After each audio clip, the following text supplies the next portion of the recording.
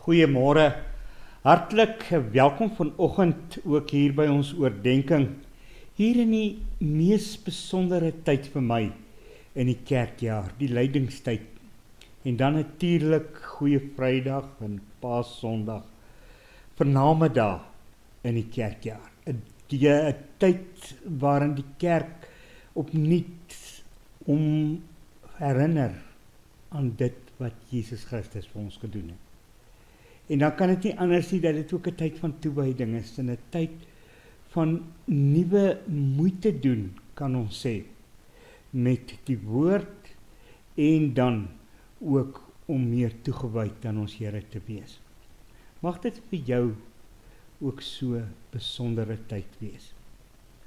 Ons gaan vanmôre saam lees uit die Matteus Evangelie, Matteus 26, daarvan af vers 36, tot aan die einde van vers 46, die gebeure in Getsemane. Voordat ons nou uit die Bybel lees, kom ons bid nou eers saam en vra dat die woord ook aan ons bekend gemaak moet word. Here, baie dankie dat ons vanmôre met U kan praat, omdat U die Here van ons lewe is. En daarom is ons harte vanmôre so vol lof en eer aan U, omdat ons weet ons behoort aan U, die enigste ware God, die Almagtige, groter as wat enige woord ooit kan beskryf, die een wat alomteenwoordig is en wat ook nou hier by ons is. Dankie Here dat U vir ons baie, baie lief is en dat U ook na ons toe kom afbuk en ons in U hande kom dra. Dankie vir U genade. Genade wat maak dat ons U kinders kan wees. Want uit genade alleen is ons maar net gered deur 'n wonderbaarlike daad aan die kruis. Dankie dat ons U Vader kan noem. Ja, ons Vader. Dankie dat U ons oudste broer Jesus Christus ook na 'n wêreld gekom het sodat ons U kan ken en sodat ons kan sien hoe liefde lyk. Waarlik Here, ons is so bevoorreg. En daarom is dit vanmôre ook ons bede dat U hierdie gedeelte sal gebruik om met ons te praat. Dat ons sal hoor wat U vir ons wil sê en dat ons hiervandaan sal gaan en juis aan die hand van die woord gaan lewe, ja, in ooreenkoms met die woord, ons dade sal aanpas. Help ons daarin, o Heilige Gees, in die naam van Jesus. Amen. Matteus 26, daarna kom Jesus met sy disippels by 'n plek met die naam Getsemane en hy sê vir hulle, sit hier terwyl ek daar gaan bid. Hy het vir Petrus en die 2 seuns van Zebedeus saamgeneem. Toe het hy bedroef en beangs geword en vir hulle gesê, ek voel doodsbenoud, bly hier en waak saam met my. Hy het 'n entjie verder gegaan en daar gekniel met die gesig teen die grond en gebid. My Vader, as dit moontlik is, laat hierdie lydingsbeker by my verbygaan. Moet nogtans nie doen soos ek wil nie, maar soos U wil. Daarna kom hy na die disippels toe terug en kry hulle aan die slaap. Hy sê toe vir Petrus, kon julle nie eens 1 uur lank saam met my waak nie? Waak en bid, sodat julle nie in versoeking kom nie. Die gees is gewillig, maar die vlees is swak. 'n tweede keer het hy gaan bid en gesê, my Vader, as hierdie lydingsbeker nie by my kan verbygaan sonder dat ek dit drink nie, laat U wil geskied. Toe hy terugkom, kry hy hulle weer aan die slaap, want van die vaak kon hulle nie hulle oë oophou nie. Hy het hulle weer alleen laat bly en 'n derde keer gaan bid en dieselfde woorde gesê. Toe kom hy na die disippels toe terug en sê vir hulle, slaap en rus julle nog, die uur het gekom. Die seun van die mens word in die hande van die sondaars oorgegee. Staan op, kom ons loop. Kyk, die man wat my verraai is hier naby.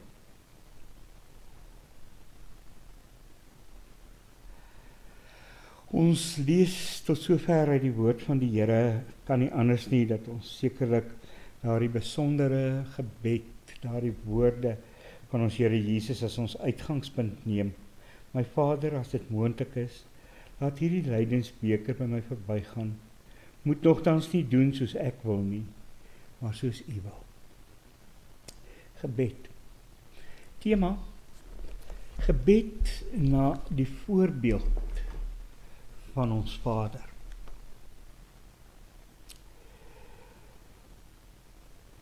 Wanneer ek en jy oor gebed praat, kan ons seker klomp dinge vir mekaar sê. Ten diepste kan ons dit vergelyk met 'n verhouding tussen 'n pa en 'n seun, 'n dogter. En hoe sleg sal dit nie vir daardie pa wees as daardie kinders nooit met hom praat nie. Ja, wanneer 'n pa so smag om van die kinders te hoor en hulle bly net stil en doen net hulle eie dinge. Ek dink dit gebeur maar baie dikwels in families wanneer kinders nou begin groot raak, dan is die tyd ook maar beperk en dan slaan 'n mens dikwels oor om pa en ma te kontak of met pa te praat. En dan is dit vir ouers baie sleg. Net so dink ek is dit vir ons Vader ook maar sleg as hy nooit iets van ons hoor nie. Hy wil graag hê, daar moet mos kommunikasie tussen ons en hom wees. Hy wil graag hê dat ons moet bid. Daarom stuur hy ook Jesus na 'n wêreld, en wanneer Jesus in hierdie wêreld kom, dan leer hy sy disippels om te bid. Dink maar net aan Matteus 6, die modelgebed, die Onse Vader gebed, toe die disippels van hom vra, maar Here, hoe moet ons bid? En dan leer hy hulle die Onse Vader gebed. Ons kry telke male in die skrif, wanneer Jesus juis gaan om te gaan bid. Na die vermeerdering van die brood, gaan die disippels die aand op see, en hy sê vir hulle, vaar so lank oor, en voordat hy op die water na hulle toe stap, was hy eers op 'n plek gewees, waar hy alleen gaan bid het. Matteus 14:23 kry ons die gebeure daar.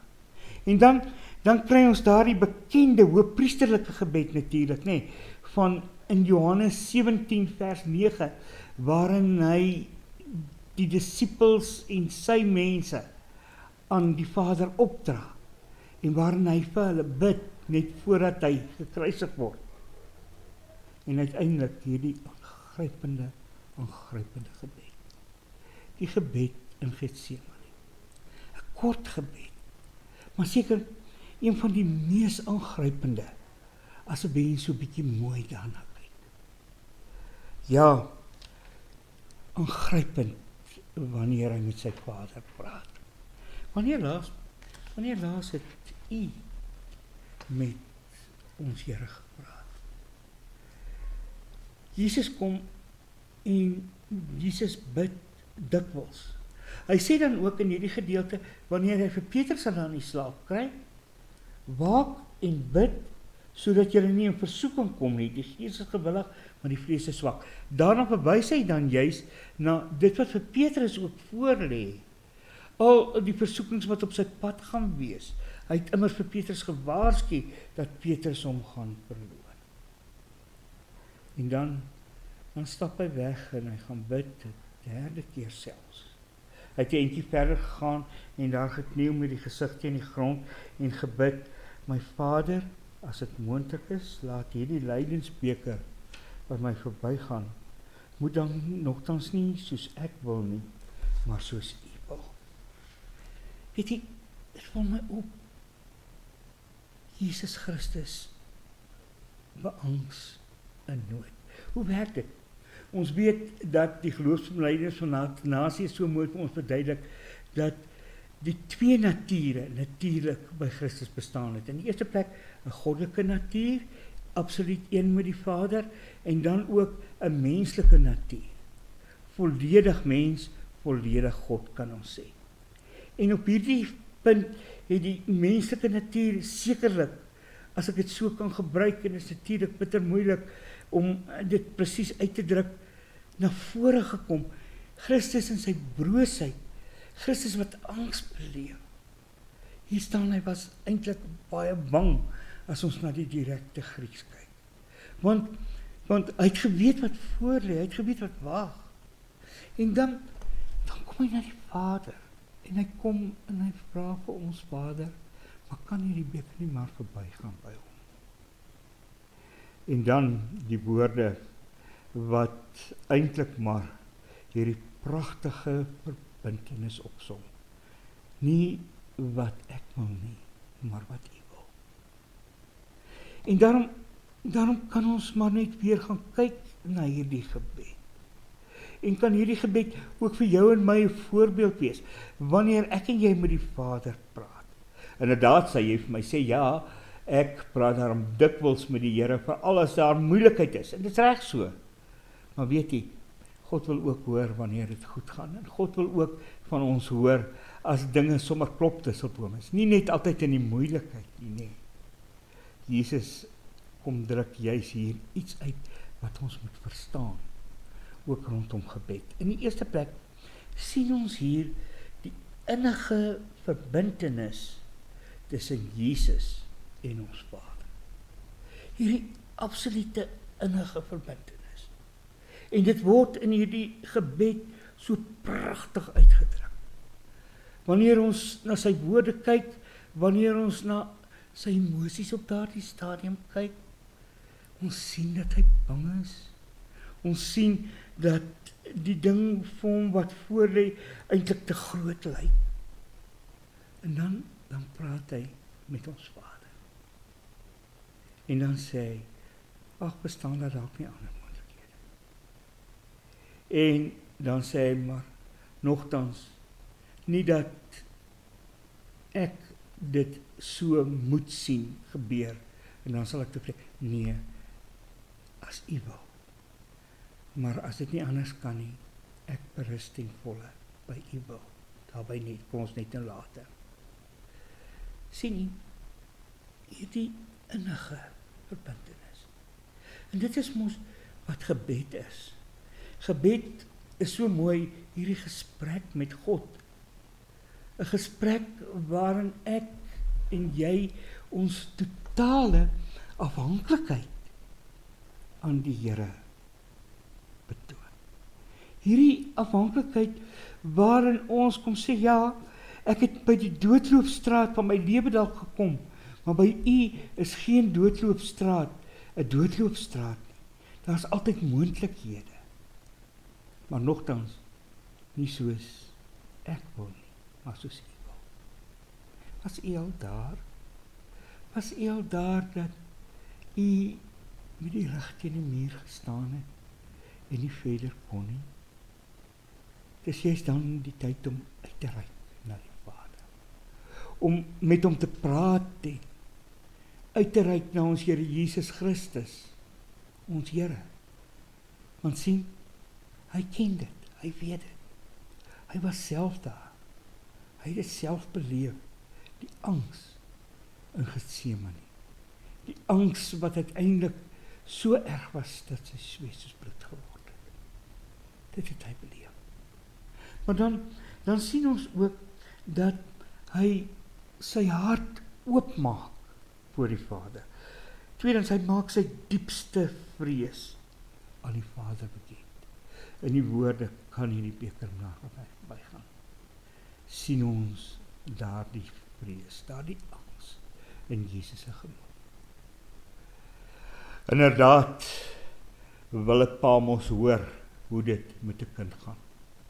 En dit help nie, 'n kind sê altyd vir 'n pa, hoorie, maar dit gaan goed, en in die teendeel gaan dit sleg nie. Nee, 'n pa is iemand met 'n oor wat mos luister na die sleggaan van kinders. En as 'n pa dan nou nie regtig kan help nie, dan kan hy ten minste luister en dalk het hy dalk raad om te kan gee in die sleggaan oomblikke. En so weet ons Here Jesus ken ook ons hemelse Vader so. En daarom pleit hy eintlik by die Vader, as dit kan. As dit kan, maar steeds u wil. Baie sê natuurlik God die Vader was harteloos geweest om Jesus oor te lewer om gekruisig te word. Ons moet baie mooi kyk en dan sien ons hier iets heel anders. Ons sien in die eerste plek ons Vader se liefde vir ons natuurlik. Dat hy die kosbaarste, sy seun gee, sodat sy seun sterf en ons kan lewe. Sodat Jesus vir ons die lewe kan verwerf aan 'n kruis. Maar dan is dit ook Jesus wat eintlik maar kies om juist dit te doen, omdat hy jou en my so lief het. Hierdie absolute oorgawe by hom is so sigbaar. Daar waar hy sy angs aan die Here bekend maak, maar met die woorde, soos u wil, nie soos ek wil. En daarop moet ek en jy vanmôre baie mooi let. Wanneer ons vra, is dit dan soos ons wil, of is dit dan soos hy wil? Dit is baie belangrik. As die probleem voor die deur is, wil ons maar op ons manier die oplossing hê, of bid ons en ons wag op God se manier? Dis 'n groot vraag. En dit sluit by ons derde baie belangrike punt aan wat ek tog met julle wil deel vanmôre. Hy was bereid om die antwoord van die Vader volledig te aanvaar. Ja, Here, as dit kan hierdie beker van lyding by my verbygaan. Maar nie soos ek wil nie, soos u wil. En daar sien ons die absolute berusting by dit wat die Vader vir hom voorberei. Hy sal aanvaar wat die Vader kom sê en wat die Vader dan besluit. Hy sal daardie beker drink as die beker oor sy pad kom. En dit weet ons ook doen hy. En hy beleef die oomblikke van seer en die bitter alleenheid aan die kruis. Hy beleef die oomblikke waarin hulle wat naby hom was om eintlik almal verlaat het. En hulle rug op hom gekeer het en weggehardloop het. Hy beleef waar 'n mensdom hom verwerp. Die ergste verwerping wat daar sekerlik kon wees, terwille van jou en van my. Dit doen hy gewillig in navolging van wat die Vader besluit het. Weet jy, wanneer ek en jy bid, vra ons dikwels mos, maar antwoord die Here ons. Wanneer jy ernstig bid, my broer, suster, wil ek vanmôre vir jou sê die Here antwoord. En hy antwoord maar altyd. En daar is eintlik maar net 3 antwoorde, as ons baie mooi luister en baie mooi kyk. Die eerste antwoord is natuurlik ja. Ek stem saam daarmee. Ja, ek gaan dit vir jou voorsien dat dit kan gebeur of wat ook al. Die tweede antwoord, nee. Dis nie hoe die plan natuurlik is nie. Dis nie hoe my plan vir jou is nie.